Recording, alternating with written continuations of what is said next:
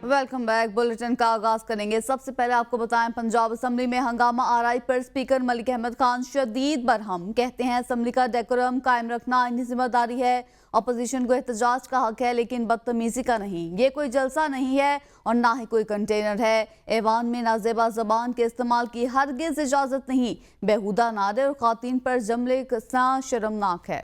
मजीद बोले कि बार बार मामला सुलझाने की कोशिश की लेकिन अपोजिशन ने हद पार कर दी, तभी अरकान को मुअत्तल किया। पहले इस ऐवान में नारेबाजी की जाती थी, अब माँ बहन की गालियां दी जाती हैं जो काबिल कबूल नहीं है। लोग इखलाकी सतह से गिर जाएंगे तो किस तरह ऐवान चलेगा। किसी को ऐवान की कार्रवाई सबूताज करने नहीं देंगे। स्पीकर ने एथिक्स कमेटी बनाने का ऐलान कर दिया।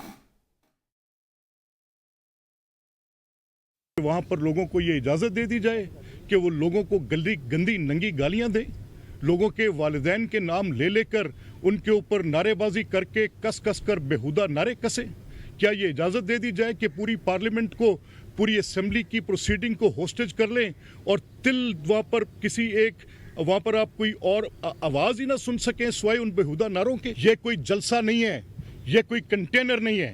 This is house and I am the speaker of this house. I will maintain the order. मैं आज इन फ्रंट ऑफ यू एक नई कमेटी ऑन एथिक्स कॉन्स्टिट्यूट करने जा रहा हूं और रूल 210 में लिखा है कि अगर कोई ऑब्स्ट्रक्ट करेगा प्रोसीडिंग्स को तो स्पीकर के पास ये इख्तियार है कि स्पीकर उन मेंबर्स को बार कर सकते हैं। मैंने इस इख्तियार को एक्सरसाइज करते हुए ये बार किया कि ये मेंबरान जो इस काम के मुर्तकिब हुए हैं उनको उनकी मैंने इन सेशंस के लिए फॉर नंबर ऑफ सेशंस मैंने उनको बार किया। जबकि स्पीकर पंजाब असेंबली ने सुन्नी इत्तेहाद कौंसिल के 11 अरकान को मुअत्तल कर दिया। जुल्फिकार अली, शहबाज अहमद, मोहम्मद आतिफ, तैयब राशिद की असेंबली रुकनियत मुअत्तल।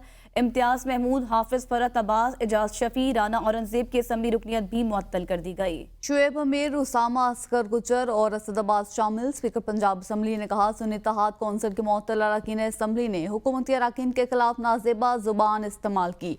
मुअत्तल होने वाले अरकान असेंबली इजलास की 15 नशिस्तों में हिस्सा नहीं ले सकेंगे। वज़ीर दिफा ख्वाजा आसिफ ने कहा है कि ऑपरेशन में इस्तेहकाम फौज की नहीं बल्कि हुकूमत की ज़रूरत है। बानी PTI की जेल से रिहाई उनकी जमात या हुकूमत के लिए खतरा नहीं है। आलमी खबर रसा इदारे BBC को दिए गए इंटरव्यू में ख्वाजा आसिफ का कहना था कि मुल्क में अमन अमान के क़याम और दहशत गर्दी की नई लहर के खात्मे के लिए शुरू होने वाले फौजी ऑपरेशन पर सियासी जमातों और कबायली माहिदीन से मुशावरत जारी रहेगी। इस सवाल पर कि क्या ये नया ऑपरेशन महज फौज की तरफ से आने वाला मंसूबा है और उनकी हुकूमत मजबूरन इसकी जिम्मेदारी ले रही है, ख्वाजा आसिफ ने कहा कि हुकूमत की जिम्मेदारी भी है और ये जिम्मेदारी लेनी भी चाहिए। ये ऑपरेशन फौज की नहीं, हमारी ज़रूरत है। इंटरव्यू के दौरान ख्वाजा आसिफ का मजीद कहना था कि सियासत में उतार चढ़ाव होते हैं, इन्हें थ्रेट नहीं समझना चाहिए, उन्हें सियासी तौर पर हल करना चाहिए। उन्होंने कहा कि बानी PTI की जेल से रिहाई उनकी जमात या हुकूमत के लिए खतरा नहीं है। अदलिया में मुदाखलत पर लाहौर हाई कोर्ट के जस्टिस शाहिद करीम का बड़ा फैसला। जस्टिस शाहिद करीम ने अदलिया में मुदाखलत रोकने के लिए 5 निकाती SOPs जारी कर दिए। फैसले में कहा गया है कि वज़ीर आज़म ऑफिस, IB और ISI समेत तमाम सिविल और मिलिट्री एजेंसियों को हिदायत जारी करें कि वो मुस्तकबिल में आला अदलिया और मातहत अदलिया के किसी भी जज या उनके अमले को अप्रोच न करें। फैसले में कहा गया है कि ATC अदालतों की सिक्योरिटी के हवाले से अगर कोई हिफाजती इक़दाम करने हैं तो मुतल्लिका जज से मुशावरत और इत्तफाक़ राय के बगैर नहीं किए जाएंगे। ATC के जजेस अपने मोबाइल में हर कॉल को रिकॉर्ड करें। पंजाब की इंसदाद दहशत गर्दी की खुसूसी अदालतें 9 मई के तमाम केसेस का तरजीही बुनियादों पर फैसला करें। जस्टिस शाहिद करीम ने 4 सफ़ात पर मुश्तमिल तहरीरी उबूरी हुक्म जारी कर दिया। कौमी असम्बली में अमरीकी कांग्रेस की करारदाद के खिलाफ करारदाद मंजूर। करारदाद रुकन असम्बली शाइस्ता परवेज मलिक ने पेश की। करारदाद में कहा गया कि पाकिस्तान अपनी दाखिली मामलात में मुदाखलत बर्दाश्त नहीं करेगा। ये ऐवान अमरीकी करारदाद को मुस्तरद करता है। अमरीका के साथ दोतरफा और बराबरी की सतह पर ताल्लुकात चाहते हैं। आलमी ताकतों को ज़ेब नहीं देता कि किसी मुल्क में मुदाखलत करें। अमरीका गजा और कश्मीर में मज़ालिम का नोटिस ले। मुल्क पाकिस्तान के अंदरूनी मामलात में मुदाखलत कर रहे हैं, ये उनको इनकरेज कर रहे हैं। हमें सबको कंडेम करना चाहिए, सबको कंडेम करना चाहिए कि आज शर्म आनी चाहिए इन लोगों को। आगे बढ़कर आपको बताएं, हुकूमत में बर्दाश्त नहीं, उनको नहीं मालूम अपोजिशन क्या होती है। चेयरमैन PTI बैरिस्टर गोहर का कहना है, अमरीकी ईवान नुमाइंदगान की करारदाद को अमरीकी हुकूमत की मुदाखलत नहीं कहा जा सकता। मजीद कहा, हकीकत यह है कि हुकूमत इंतखाबात के मामले पर तहकीकात नहीं करना चाहती।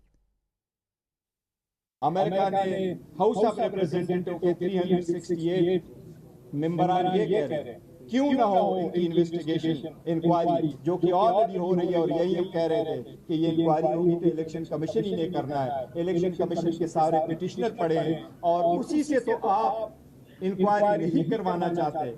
وزیر دفاع خواجہ آصف نے کہا ہے کہ افغانستان میں دہشت گردوں کی محفوظ پناہ گاہیں موجود ہیں. افغانستان سے پاکستان میں دہشت گردی ایکسپورٹ ہو رہی ہے.